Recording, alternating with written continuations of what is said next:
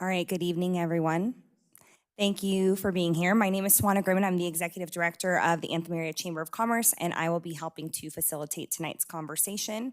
We are very glad to partner with the City Council to bring this community town hall together. The goal tonight is to provide clear information about growth in North Phoenix and to make sure your questions are heard. I'm joined this evening by my co-facilitator, Scott Yath, who is a board member of the Chamber, owner of A to Z Eye Care, and a member of the Anthem Community Council Economic Development Committee. We will get started with a brief presentation from Josh Bednarik and Adrian Zambrano with the City of Phoenix to provide some context and overview.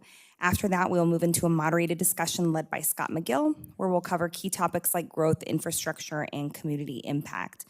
Throughout the event, we'll also be collecting your questions on comment cards, and our role is to help organize those questions and group them by topic so that we can address as many as possible in the time that we have. You may hear us summarize themes rather than read each question individually just to keep things moving and avoid repetition. We will do our best to get through as many questions as we can, and any we don't reach can be shared with the city for follow-up. With that, I'd like to invite Scott McGill, our moderator for the evening, to introduce himself and walk you through this process as well.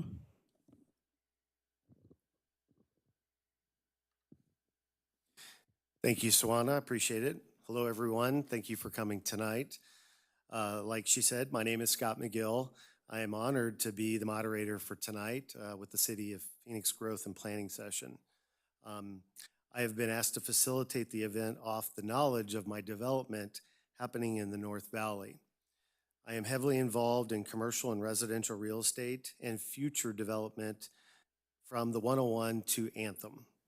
My wife and I are owners of MCG Commercial, MCG Realty, and we're part owners of Alliance Title Group. Lastly, I am the current chair of the North Gateway Village, and which oversees all zoning and development cases in the North Valley. I hope my experience will help us as a guide us through tonight's event. I first of all want to say thank you to Aaron Baker. He was not able to be here tonight. He was sick and went home early today, but thank him and his staff and the chamber as well for initiating and hosting this event tonight. You truly are an asset to Anthem, and I've worked heavily with Aaron, and it's been a great working relationship. I also want to say thank you to Josh and Adrian Zambrano, Josh Bednarik, and their staff for being here tonight. You guys do incredible work. I work alongside you both, more Adrian than Josh, but you guys have been instrumental, and thank you so much. As we move on in our presentations for tonight, I do want to lay out a few ground rules, just so you're aware of that. And I know there's just a few of us, but I want to make sure. Please keep in mind this is a presentation. We ask that we refrain from any all questions and interruptions during the speaker's times allotted. We will not be taking questions as we've prepared several prior to ask our speakers after their presentations. There is some comment cards in the back if you guys would like to fill out. And if time allots, like Swana had said, we will get to those questions. But keep in mind, we do have several queued up for Josh and Adrian, and I think you'll get the information you would like to hear. So, most importantly, we're just wanting to respect their time. So, at this time, I'd like to introduce our first and second guests together. Josh is the Director of Planning and Development for the City of Phoenix. His department works with the community to develop the long-range vision of the city. It administers and inspects all construction permits. He has been with the city 20 years, and it is my honor and privilege to introduce Josh to you. And along with Josh is Adrian Zambrano. He is our city planner for the North Gateway Village, Rio Vista, and Deer Valley. They're going to do this tandemly, so we're just going to go through their presentations together, and then we'll ask them questions. But Adrian has been with the city for 5 years, and prior to that, he worked at the city of Tempe and Buckeye. And like I said, he's the current village planner, and so I welcome both of you guys to the panel. And so, Josh, I think I'll just give you the mic, and we can go from there. Sounds good. Thanks, Scott. And again, thanks to Aaron and everybody at Anthem for having us. Really appreciate the opportunity to talk about Planning and Development here in the city of Phoenix. Is there a clicker for the presentation? Okay, well, I'll take that.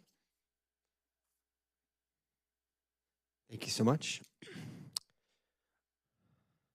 Well, we wanted to spend a little bit of time before diving in about what's going on up here in North Phoenix, just talking about our department. I don't know if this, I'm pointing, oh, here we go. So I wanted to talk a little bit, not only about our department, but our city. And how did we get here as the 5th largest city in the country? So this map, if you can see it up here, and for those online, the outline, the boundary there is the 529 square miles of Phoenix. So Anthem's there off to the right and at the very top. The little blue blob in the middle of that is what Phoenix was in 1900. That's effectively downtown Phoenix. As that blob grows a little bit in 1950, that gets you about where Park Central Mall is today. And then this is 1975. So what happened between 1950 and 1975 that made us go from that little blob taking us to Thomas Road to this? This is the interactive part of the presentation. I'll take any guesses from the panel or anybody in the audience. Anybody have any, and what technological innovation became mass production? Go. Air conditioning, that's exactly right. Along with the FHA freeway, post-World War II, home loans, all those things coming together. But air conditioning, especially being available in a house, was one of the things that made Phoenix such an attractive place and was really one of the things that drove our population boom post-World War II. As we look forward, that really went fast.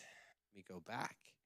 As we look towards, get back here really quick. As we look to now, as 2010 moving forward, I always say we reached our manifest destiny and got out to Anthem, right? Flag in the. One of the conversations we started having as a city as we continued to grow was, for a long time, growth was the goal in Phoenix. We literally had a press conference in the 90s when we passed Philadelphia. We said, Houston, here we come.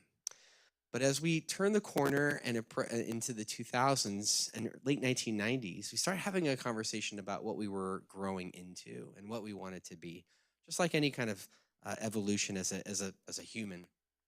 And that's really where you started to see some of the investment in downtown, because we realized that we just couldn't rely on growth for growth's sake, and that there were a lot of things that we wanted to become as a city that required us to invest in infrastructure and growth a little bit differently. We're still growing pretty fast. Let me see if I can get this clicker. So today, 1.67 million people. We're 529 square miles. Average age 32.2, 334 days of sunshine. I mentioned we're 529 square miles. That's big. You can fit Chicago and Philadelphia within the boundaries of Phoenix and still have plenty of room to grow. That's a really large area. So one of the fastest growing cities in the country, one of the largest cities in the country just by land area alone. So where are we going? 81,000 people moved to Maricopa County last year. That's 221 people a day. Helping decide where those folks live, where they work, where they recreate, where they shop. It's a big part of what we do at the Planning and Development Department, and we'll talk a little bit about tonight. As we march towards 2030, and I think we'll probably exceed these numbers before we get there, close to 2 million people, 1 million housing units, and 1 million jobs. So what's our role in all that? I effectively refer to this as our Candyland map. If those of you who grew up in the 80s and enjoyed playing Candyland,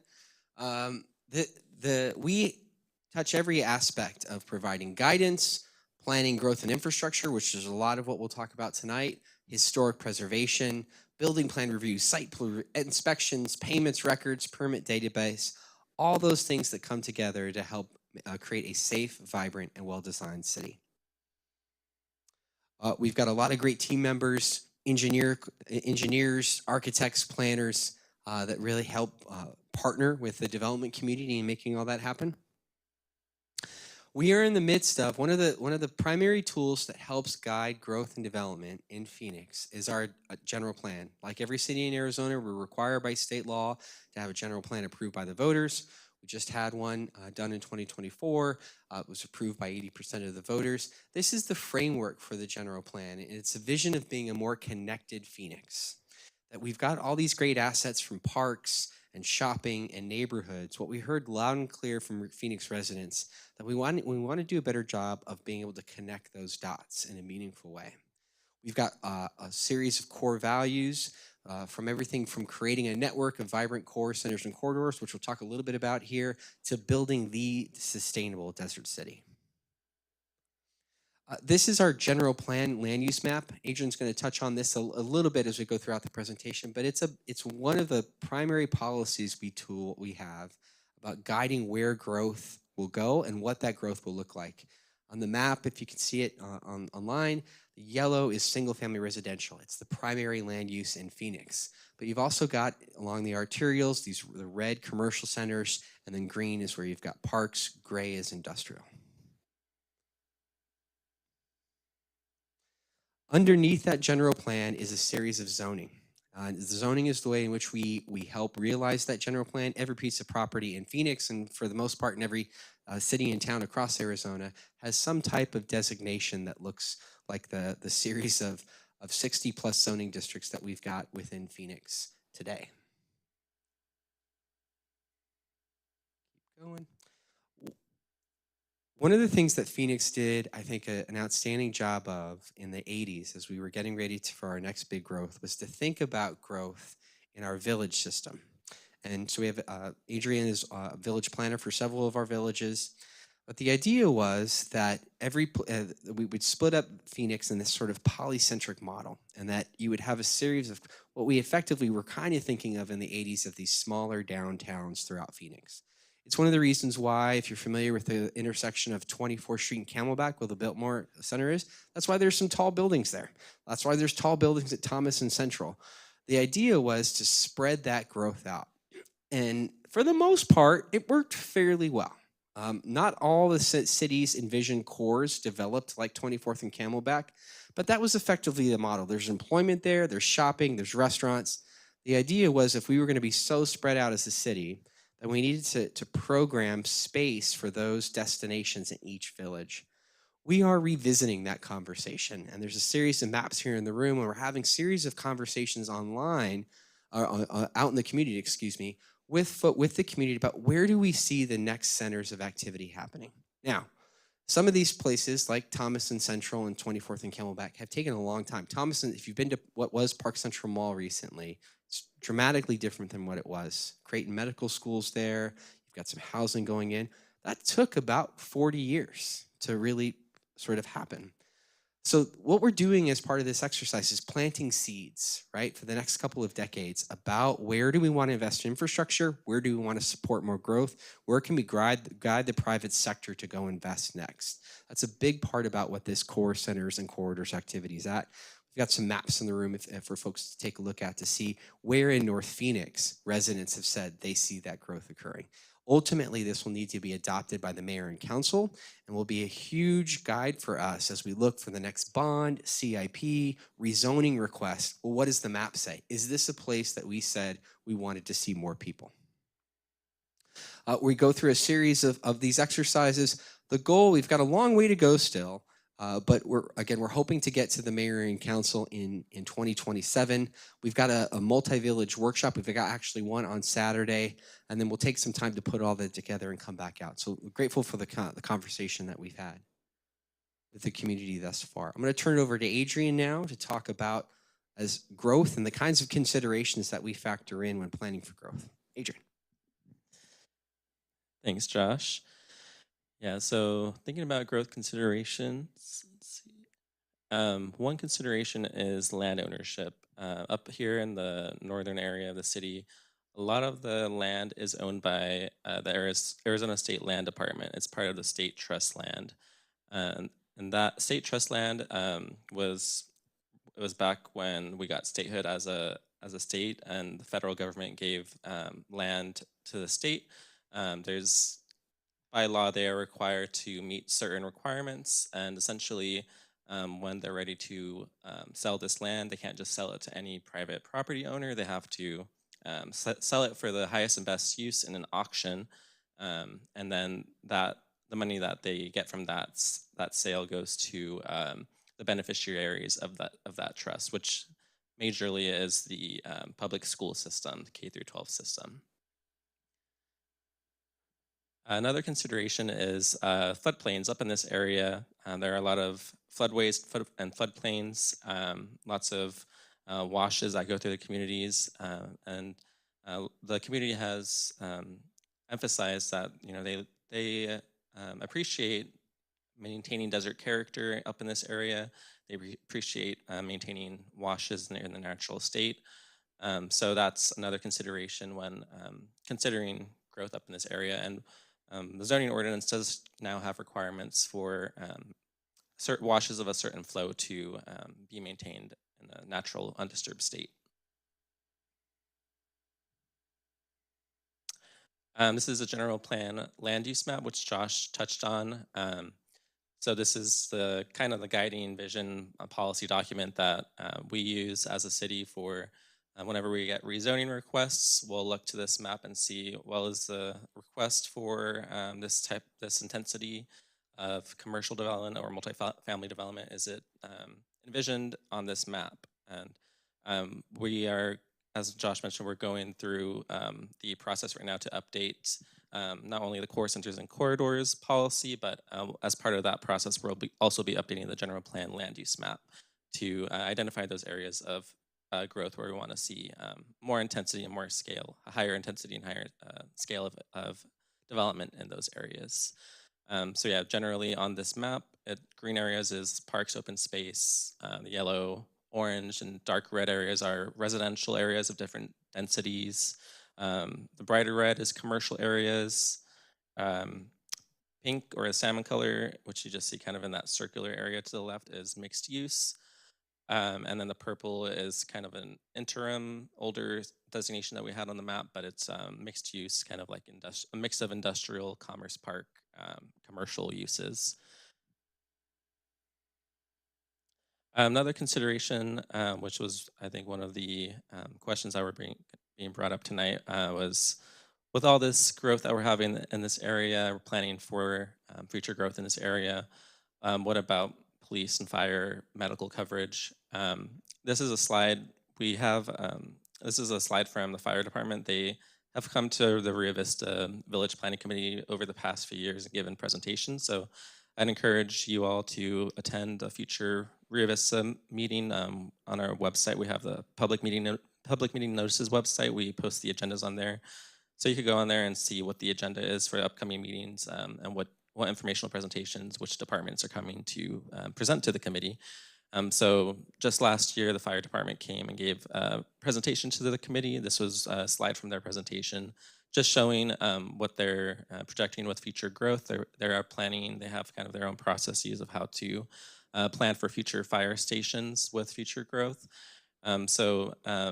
The triangles up here, there is one future fire station plan for Rio Vista.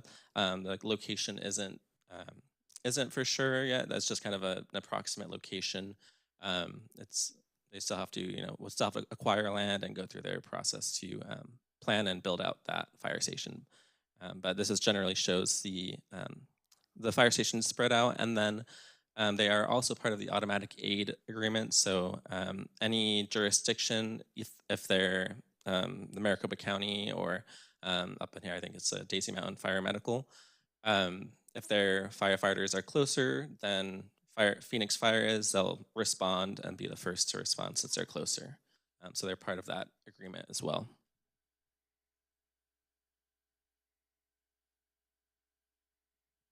Another consideration is transportation. This map is the street classification map. It's one of the maps that's part of the general plan for the city of Phoenix, and shows what the full street network at full build out will look like all throughout the city. So each street is given a street classification, whether it be an arterial or collector street. And then we generally don't show local streets, but if they're not shown on the map, they'll generally be a local or maybe a private street.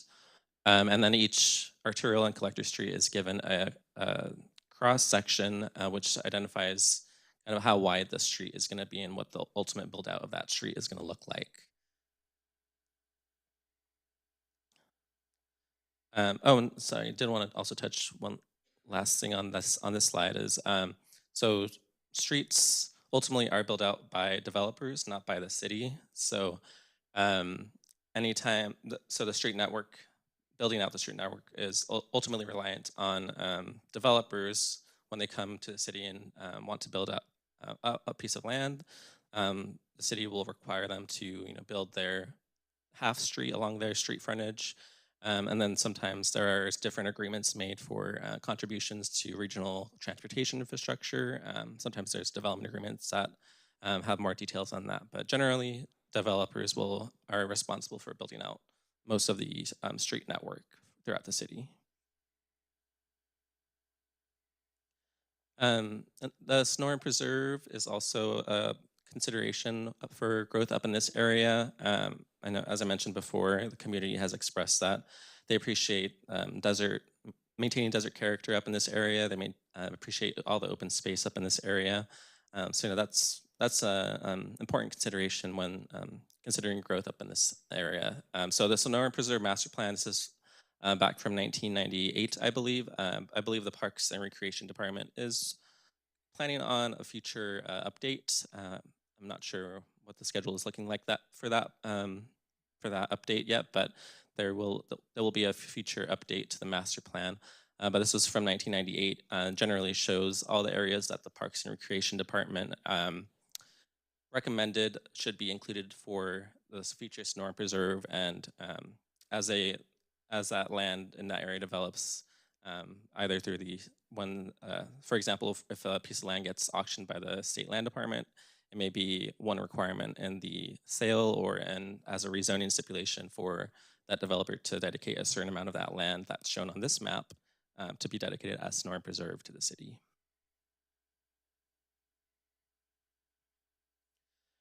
And the Parks and Recreation Department is also going through the process right now to update the Phoenix Parks and Recreation Master Plan.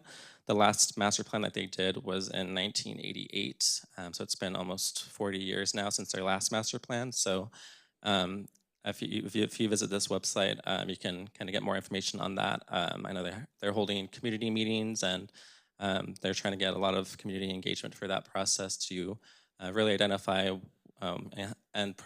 identify priorities for the city in the next 10 years of where we want to build new parks and what amenities we want to include, or which parks we want to prioritize for improvements. So really, community engagement in that process is very vital, and will help their department prioritize which parks should be prioritized first in their program. This is the Trails Network map. That was another topic that was brought up on how we'll be planning for trails up in this area with future growth. So the Trails Network map is also one of the adopted maps in the general plan. So this generally shows multi-use trails, shared use paths, and mountain trails. Mountain trails are generally the trails that you would see in a preserve or mountain area. Multi-use trails and shared use paths are more so urban trails that will generally be along usually arterial or collector streets, and they're generally a wider pathway, like usually 10 feet wide, and it could be, multi-use trails would be kind of like a natural surface, whereas shared use path would be like a more concrete surface. Schools are also an important topic when considering growth up in this area. So these pages are from the rezoning process packet for the city of Phoenix. One of the requirements for any rezoning application, if it's for a residential request, is that they have to notify the school district and get a response from them on whether or not they have enough capacity to support that development. I know up in this area, the Deer Valley Unified School District often works with developers, and they the school board will approve an agreement for the developer to contribute a certain amount. Last I heard, it was like $1,000 per unit. It could be something different now, but they'll form that agreement and approve it by their board, so that way they can have those funds to support future growth and future schools that will be needed with the future growth up in this area. So that's a whole other process. That's a requirement of rezoning cases, and that's one of the submittal items that will be required for any rezoning application. And then one other question that was posed was how we work with other jurisdictions or other cities that are adjacent to us when planning for future growth, such as the city of Peoria. This page shows, it's kind of like our memo, that whenever we have a rezoning application filed, we will send out this memo with all of the submittal materials to all city departments, and then we also have other contacts, such as with Maricopa County, or if there's an adjacent jurisdiction, such as the city of Peoria, we have contacts, and we'll send it to that contact that we have listed for them. And then we'll give them a time frame of when to provide us comments if they have any comments for that proposal. So that's generally how we work with adjacent jurisdictions. One example for a more recent case was for the North Park development. Their western border was along the western city limits and it bordered city of Peoria. So we forwarded their application to them, and we received comments. One of their requests was for the street classification map amendment for Dixletta Drive.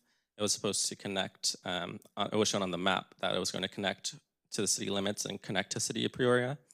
So we had to get their feedback for that request as well. So that's just one example of how we kind of work with other jurisdictions. And then this slide is from the Water Services Department. This is another department that often comes to the Rio Vista Village Planning Committees. We've also come with Scott to the North Gateway Village Planning Committees. We've had them come over the past few years to discuss water supply and water demand, water conservation, and how they're planning for future infrastructure investments to secure the water supply or supplement water supply for the city of Phoenix. So as y'all probably have heard, Colorado River, we are in a drought. We've been in a drought for many, many years now. Colorado River is in driest condition over 1,200 years. Major reservoirs are at low levels. Temperature, because it's so hot, it's causing the water to evaporate at a quicker pace than the precipitation, such as rain or snow melt, can supplement it or replace it. So really it's because it's getting so hot and the evaporation is causing the problem to exacerbate. So if reservoirs do drop to a dead pool, it may not be physically possible to move water downstream through the dams. And the Bureau of Reclamation has declared a shortage in 2023 through 2024. I think this is an old slide, but I think they did it for 2025 as well, and probably will for this year as well. This is another slide from the Water Services Department, just kind of giving a more detailed view of water demand in the city of Phoenix. You can see a large chunk of it, more than 50%, is single-family homes, and a large chunk of single-family homes is outdoor use.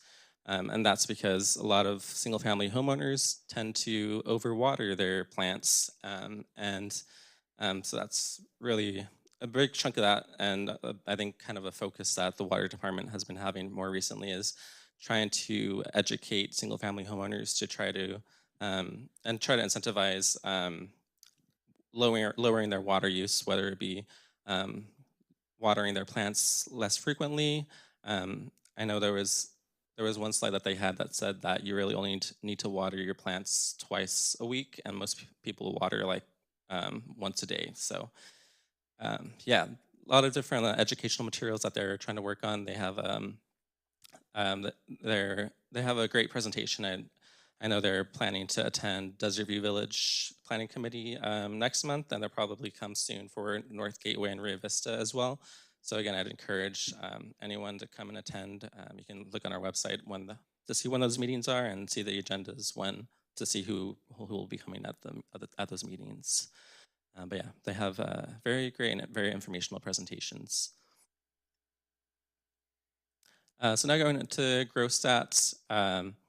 So this data, if I go to the next slide. So this slide shows the regional analysis zones, or RAS for short. This data comes from the Maricopa Association of Governments, so it's not the City of Phoenix that does this, but Maricopa Association of Governments is a regional agency, and they use census and American Survey, American Community Survey data to put these projections together for future population growth and job growth as well. So this is 2020 data. So up in this area, you can see for population, so 205 is generally covering most of Rio Vista. Population was around 6,000. Anthem up here, and RAS 206 is 43,000. Looking to 2030, you can see that this jumps up a little bit in 205 to 7,000. And then 2040 up to 18,000, and then 2050 up to 24,000. So over the next couple decades, it'll be more than doubling in size. So definitely, that's why we're having a lot of conversations that we're having now to plan for this future growth.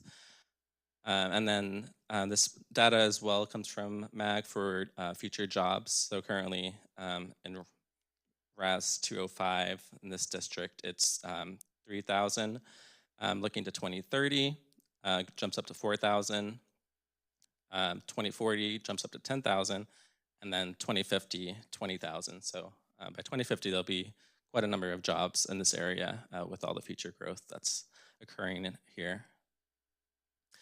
And then we wanted to also touch on what's happening in this area, what projects we have in the pipeline.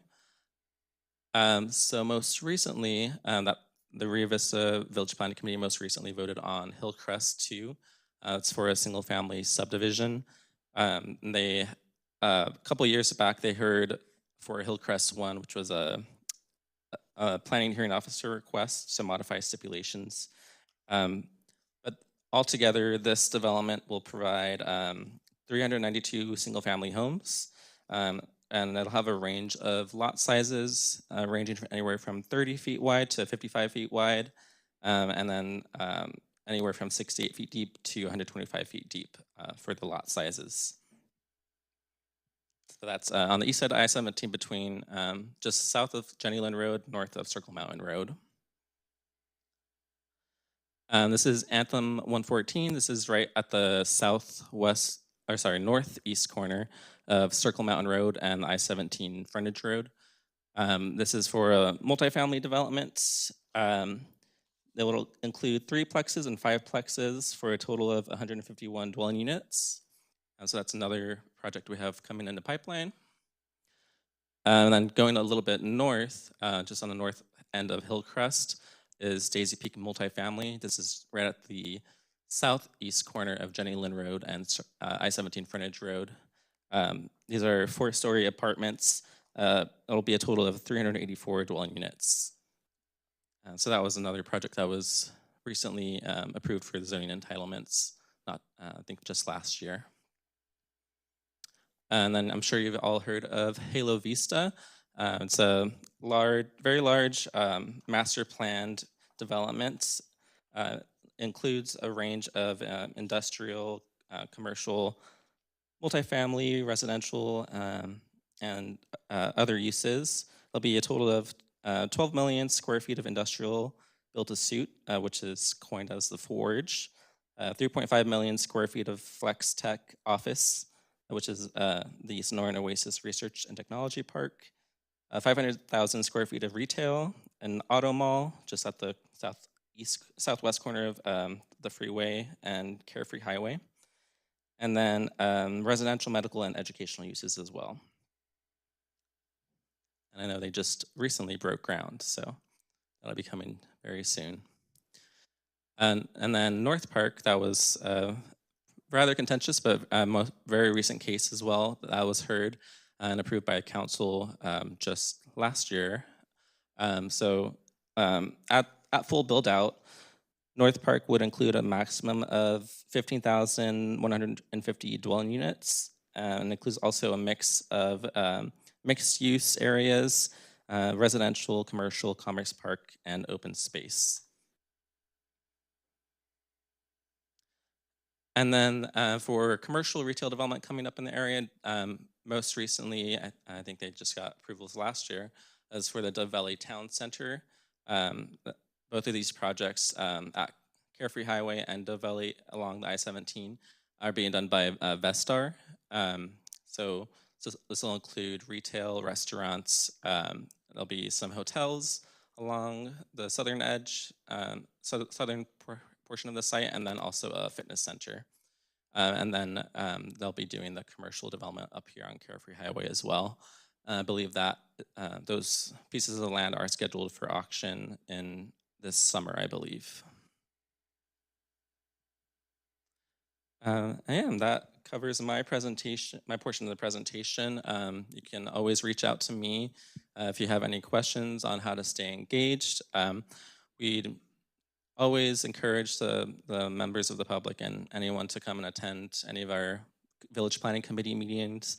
We regularly have different city departments and other agencies like the State Land Department or MAG come out and give presentations just for informational purposes. So those are always great for anyone to come and listen in, and even I, learn new things just listening to those presentations all the time. So, and we all have our general plan, next steps process as well. So we encourage you guys to all participate in that process and attend our events and meetings. You can go on our website and see any upcoming meetings. And yeah. And any last closing remarks, Josh?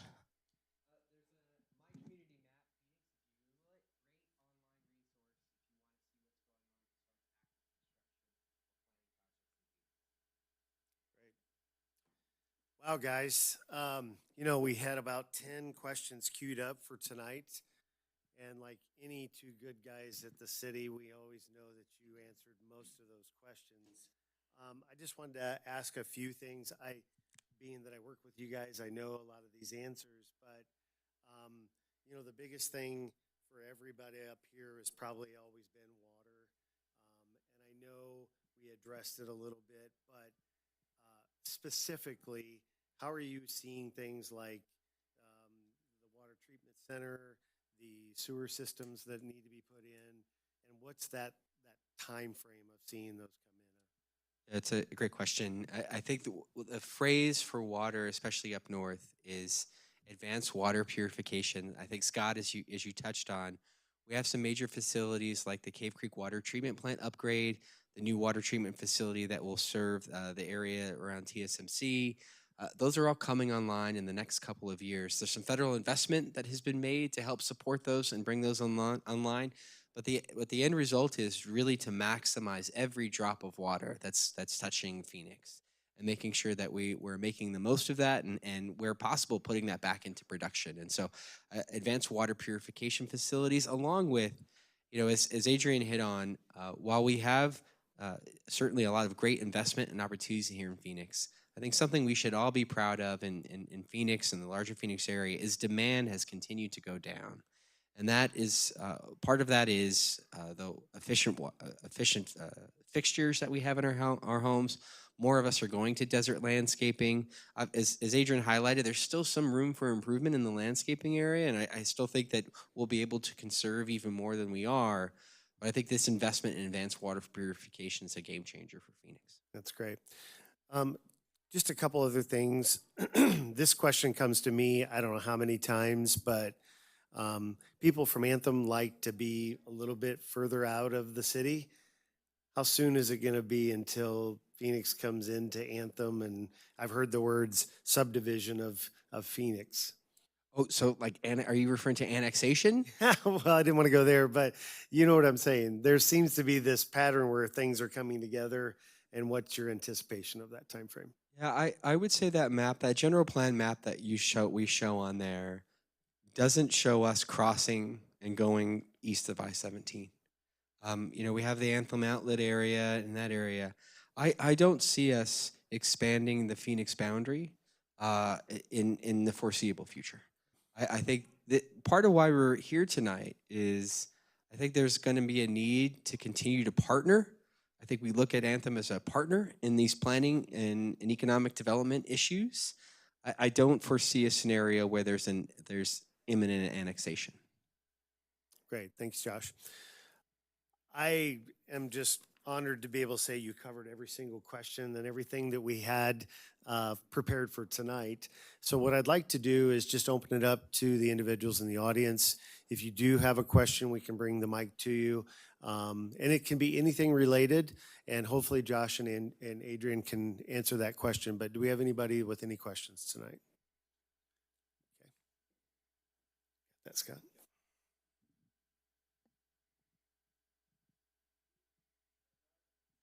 Just a very brief question regarding Halo Vista. Can you describe what the plan is for any parks or other amenities?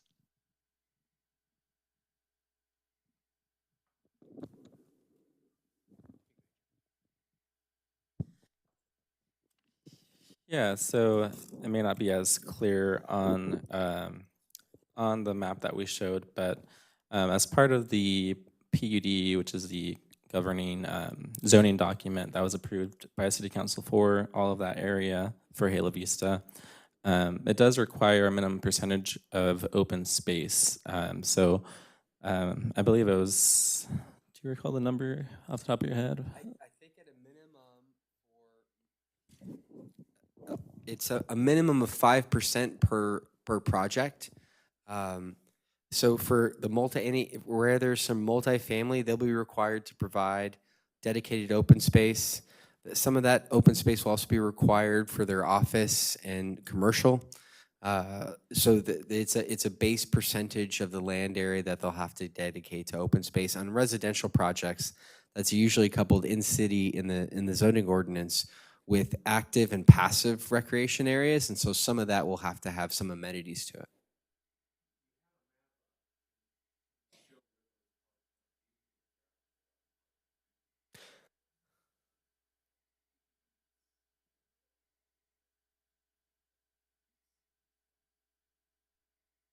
So you can kind of, really where you might see, because everything in Halo Vista north of TSMC is going to be primarily more employment investment. So you're not going to see a lot there.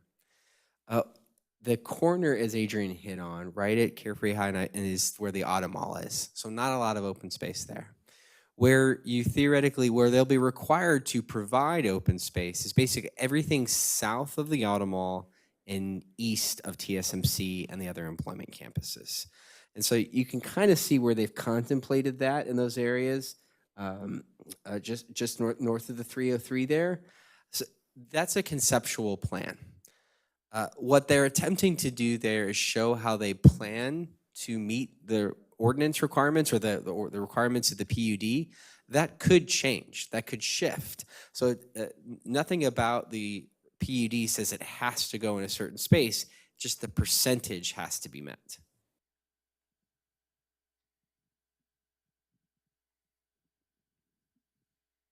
Is that percentage similar to what we have now? So other communities that we're building now? Because it's hard to envision 5%.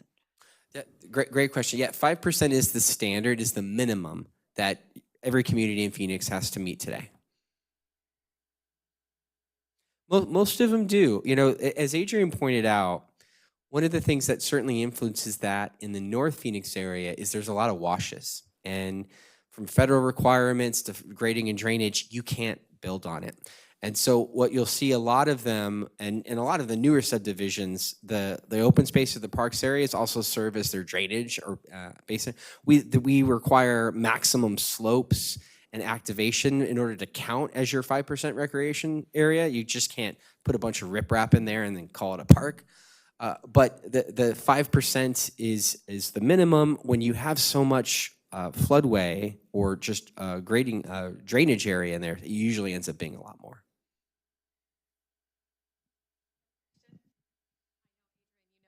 You've seen me plenty of times. I have questions about the northeast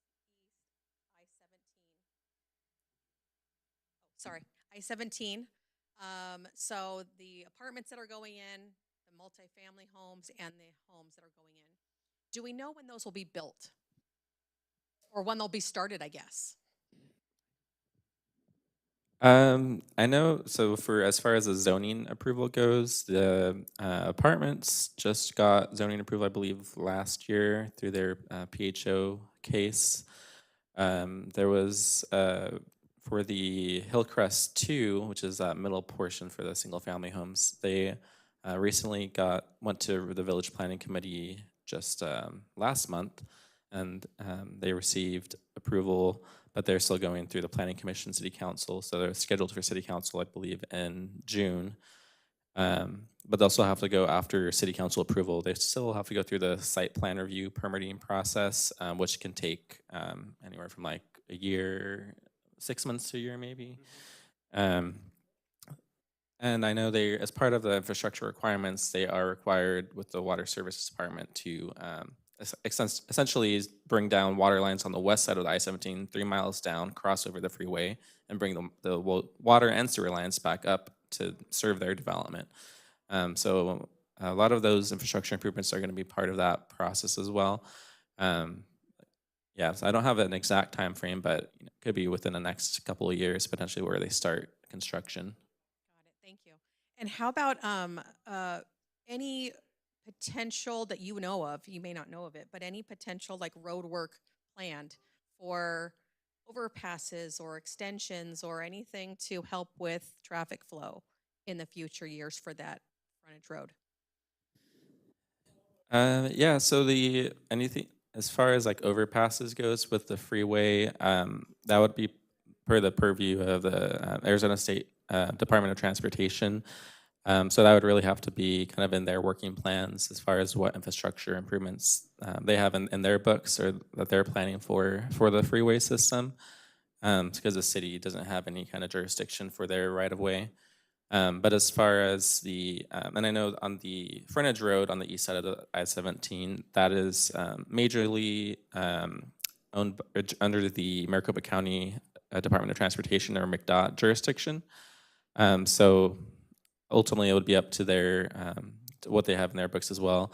I do know that the frontage road, the ultimate build out, once it's fully built out, will be 2 lanes going northbound, a center lane, and then I believe 1 lane going southbound. All the way? 'Cause I don't think they have the room to do that. They will, as part of they may have to dedicate right of way on that private property to expand. So I think that was one of the stipulations that was included with that case. The developer will have to dedicate right of way in order to allow for the expansion of the frontage road. But it'll only be from that property up, not where the RV store is? Yeah, I believe where it ends now by Circle Mountain Road. I think because Hillcrest, the developer for Hillcrest too, that just went to like a village planning committee last month. They told the committee that they are responsible for, since they kind of are the first developer coming in, they're the first phase of that whole area. They will be constructing or widening the frontage road down from Circle Mountain Road all the way up to Jenny Lynn Road. Got it. Thank you. Sorry, one last question, if I may. How about south? Do you know if there was potential for apartments to go south of there, right in front of the school?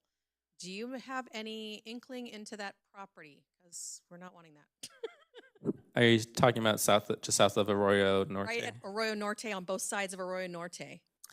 Yes, I did. There was a recent pre-application that was submitted for that property for a planned unit development. They haven't formally filed any formal rezoning application yet, but I believe it was for, if I recall, it was for single-family homes. Yeah, that was one lot, but there was one in front, the whole lot in front.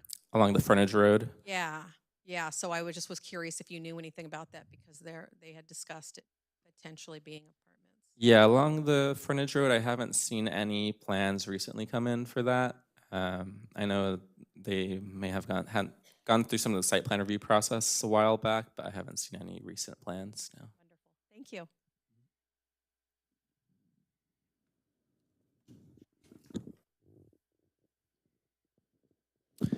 Do we have any other questions from the audience? And I'll just speak into something too on that as well.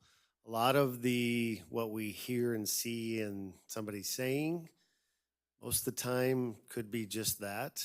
And then some do make it through and get to that process, and some don't.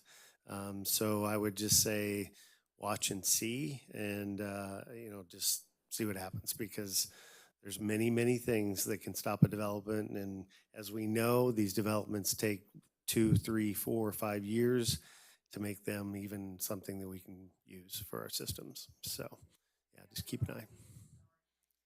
Good. Well, with that being said, we do have 2 other sessions coming up in the next couple months. I'm going to turn that over to Sawana, and she's going to give you those dates. But I want to say thank you to Josh and Adrian real quick. I work with you guys, but it's always a pleasure to hear more information, know knowledge, and be able to use that knowledge. So, guys, thank you for your time tonight. I appreciate that. Yeah. Thanks for having us. So I'm going to hand this over to Sawana, and she will finish up our evening, okay? Thank you so much, Scott, and thank you for being here. Thank you for moderating for us and for your work that you do with the Planning Committee. And thank you both, Josh and Adrian, for being here as well in your presentation. We appreciate you.